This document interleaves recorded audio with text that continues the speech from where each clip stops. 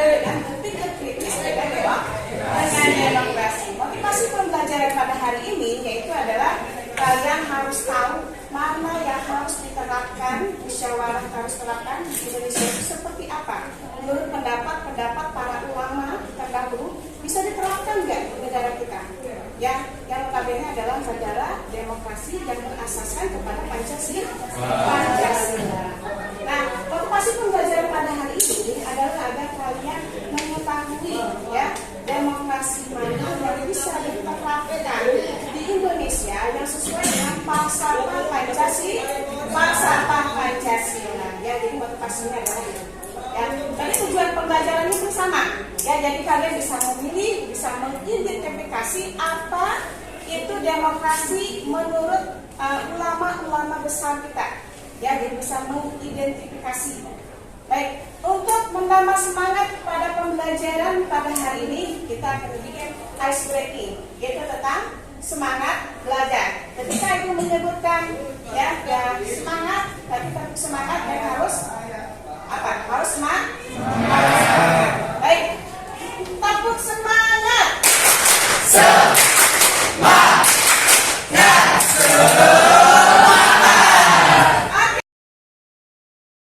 Ini kita akan memulai dengan surah Al-Fatihah, akan dipimpin oleh ketua kelas kita Adil. Silakan dipimpin doanya. Ya, berdoa dimulai.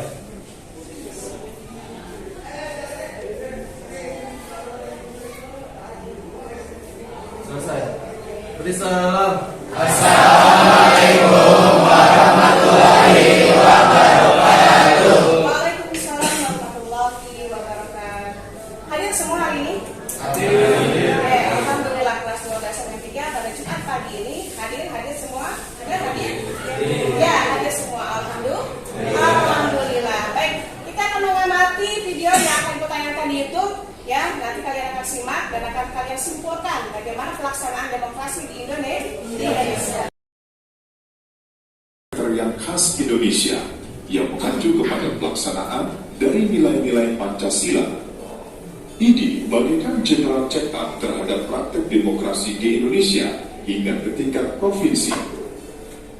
Berbagai pihak terlibat aktif dalam inisiatif ini, yaitu Kantor Menteri Koordinator Bidang Politik, Hukum dan Keamanan, Badan Perencanaan Pembangunan Nasional, Kementerian Dalam Negeri, Badan Pusat. Inisiatif di tingkat nasional ini didukung oleh kelompok kerja di tingkat provinsi yang juga melibatkan unsur pemerintah daerah, akademisi, lembaga swadaya masyarakat, serta media massa.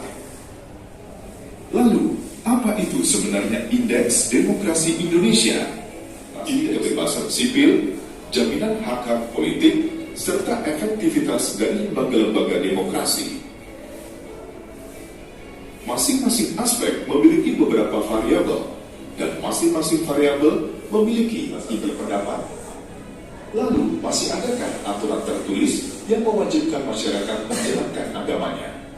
Dan masih adakah tindakan pejabat yang diskriminatif dalam hal gender, etnis, atau terhadap kelompok rentan lainnya?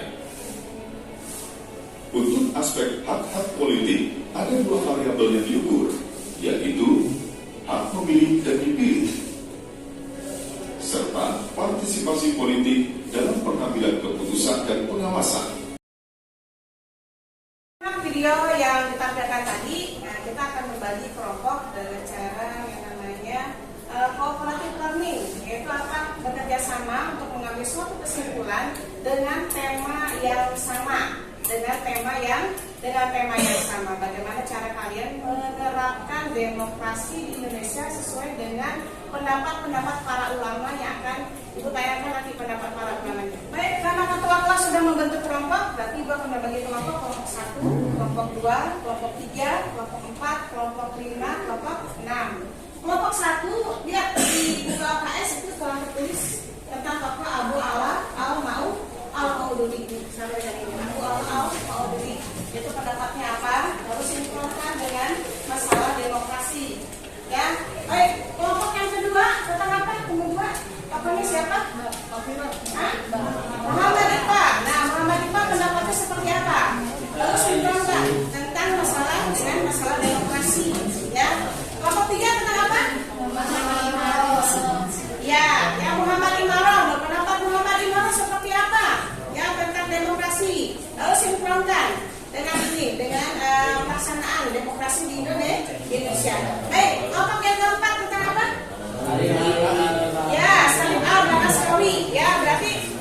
seperti apa? Sinkronkan, ya, sinkronkan dengan masalah demokrasi Indonesia.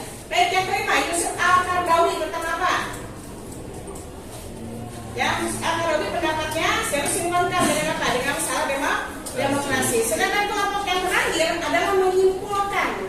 Menyimpulkan berarti menyimpulkan apa? Pelaksanaan demokrasi Indonesia sesuai dengan pendapatnya siapa yang paling sesuai, yang paling cocok diterapkan di Indonesia. Kita kan dia setuju nih, berdasarkan ini, nah di Indonesia ada ini apa enggak? Kalau ada berarti apa namanya, pas, cocok buat negara kita gitu, Cok. Kalau menurut gue pas. Iya. Yes.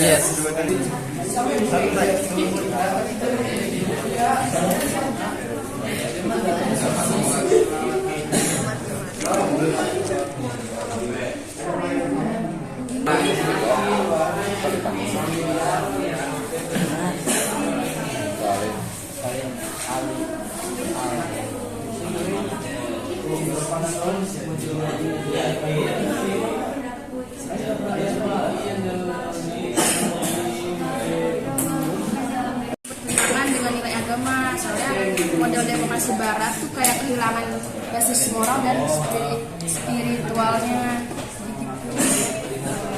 Ya kalau menurut itu gitu dari Muhammad Iqbal.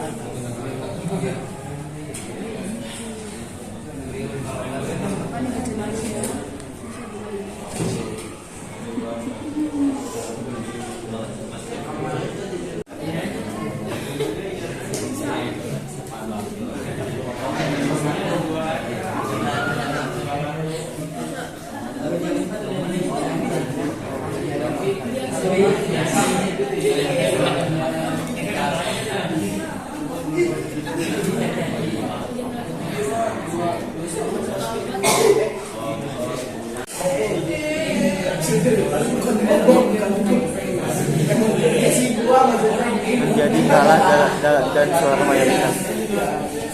Kalah dan suara mayoritas.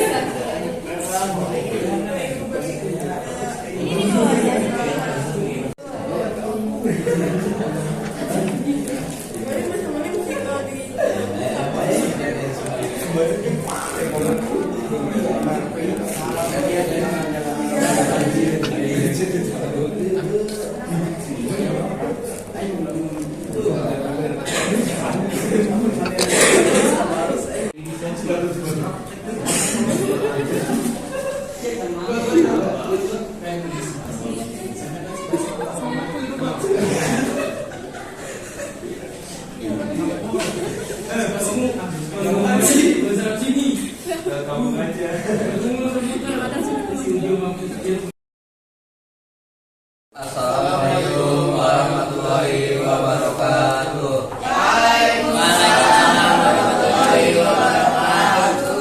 Kami dari kelompok 5 akan presentasikan pendapat dari Yusuf Al-Qaradawi. Yusuf Al-Qaradawi berpendapat bahwa substansi demokrasi sejalan dengan Islam. Pendapat tersebut didasarkan pada hal-hal berikut. 1. Usaha setiap rakyat untuk meneruskan pembangunan pusat yang kiranya juga sejalan dengan Islam. 2. Menetapkan hukum yang berdasarkan suara mayoritas dan tidak berdasarkan prinsip Islam.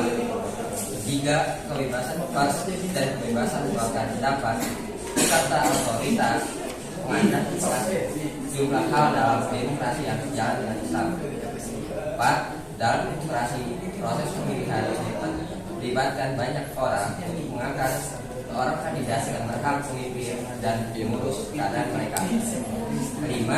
Pemilihan umum termasuk jenis pemberian sanksi oleh karena itu barang siapa yang tidak menggunakan hak pemilih pilihannya hingga kandidat yang mestinya sebanyak individu fiskal dan suara mayoritas jatuh pada kandidat yang sebenarnya tidak banyak, berarti dia telah menyalahi perintah Allah Subhanahu wa Ta'ala untuk memberikan kesaksian pada saat dibutuhkan.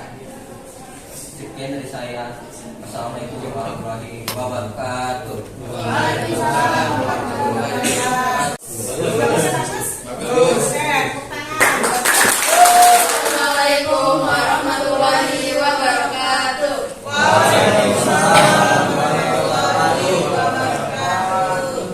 Kami dari kelompok 2 akan mempresentasikan pendapat Muhammad Iqbal tentang demokrasi. Muhammad Iqbal berpendapat bahwa sejalan dengan kemenangan sekularisme atas agama, demokrasi modern menjadi kehilangan sisi spiritualnya sehingga jauh dari etika. Demokrasi yang merupakan kekuasaan dari rakyat, oleh rakyat, dan untuk rakyat telah mengabaikan keberagaman agama. Parlemen sebagai salah satu pilar demokrasi dapat saja menetapkan hukum yang bertentangan dengan nilai agama jika anggotanya menghendaki. Oleh karena itu, Muhammad Iqbal berpendapat bahwa Islam tidak dapat menerima model demokrasi Barat yang telah kehilangan basis moral dan spiritual. Atas dasar itu, Muhammad Iqbal menawarkan sebuah konsep demokrasi spiritual yang dilandasi oleh etika dan moral ketuhanan. Dari prinsip ini, Muhammad Iqbal menegaskan bahwa agama Islam tidak dibatasi oleh sekat-sekat geografis. Prinsip keesaan Tuhan dan kenabian Muhammad merupakan landasan bagi dua fondasi konstitusi politik Islam, yaitu supremasi hukum Tuhan, syariat, dan kesamaan mutlak semua anggota negara. Pendapat Muhammad Iqbal tidak sesuai dengan falsafah negara Indonesia, karena Indonesia menjunjung tinggi demokrasi. Demokrasi merupakan kewajiban kita sebagai warga negara, karena demokrasi merupakan salah satu cara untuk mencapai keadilan sosial serta kesejahteraan masyarakat. Demikian. Oke, gimana pendapatnya? Untuk dua? Bagus, sangat bagus. Assalamualaikum warahmatullahi wabarakatuh. Waalaikumsalam warahmatullahi wabarakatuh. Kami dari kelompok 4 ingin mempresentasikan pendapat Salim Ali Al-Bahasnawi tentang demokrasi. Menurut Salim Ali Al-Bahasnawi, demokrasi mengandung sisi baik yang tidak bertentangan dengan Islam dan memuat sisi negatif yang bertentangan dengan Islam. Sisi baik demokrasi adalah adanya kedaulatan rakyat selama tidak bertentangan dengan Islam. Sedangkan sisi buruknya adalah penggunaan hak legislatif secara bebas yang dapat mengarah pada sikap mengandalkan yang haram dan mengharamkan yang halal. Ia menawarkan adanya islamisasi demokrasi. Pertama, menetapkan tanggung jawab setiap individu di hadapan Allah Subhanahu wa taala.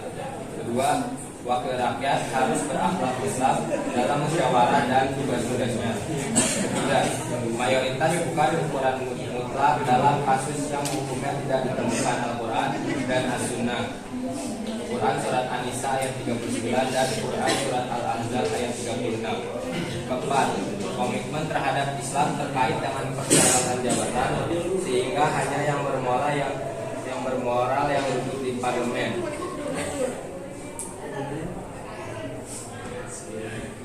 Sekian dari kami. Wassalamualaikum warahmatullahi wabarakatuh. Waalaikumsalam warahmatullahi wabarakatuh. Baik, masing-masingnya gimana?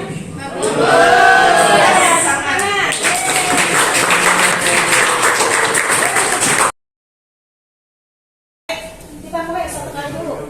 Dor. Oke, kalau misalnya 2 kali dor, berarti 2 kali menghindar. 2 kali menghindar. Oke. Oke. Oke. Dor. Oke. Dor, dor. Dor, dor, dor, dor. Oke, kita mulai tepuk selanjutnya. Tepuk tangan, boy. Tepuk, boy.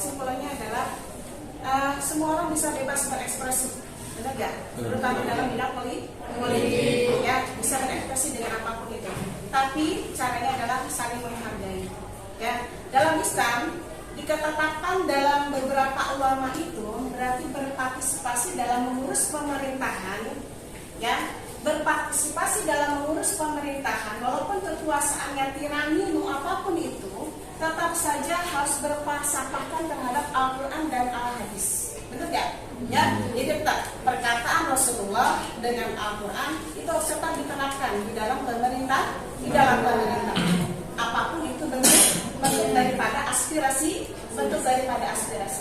Jadi intinya adalah kalian setelah mempelajari ini adalah belajar caranya saling menghargai, ya, belajar caranya saling menghargai, karena tidak semua orang bisa menyampaikan aspirasinya. Baik, demikian pembelajaran pada hari ini. Ibu ucapkan terima kasih atas perhatiannya.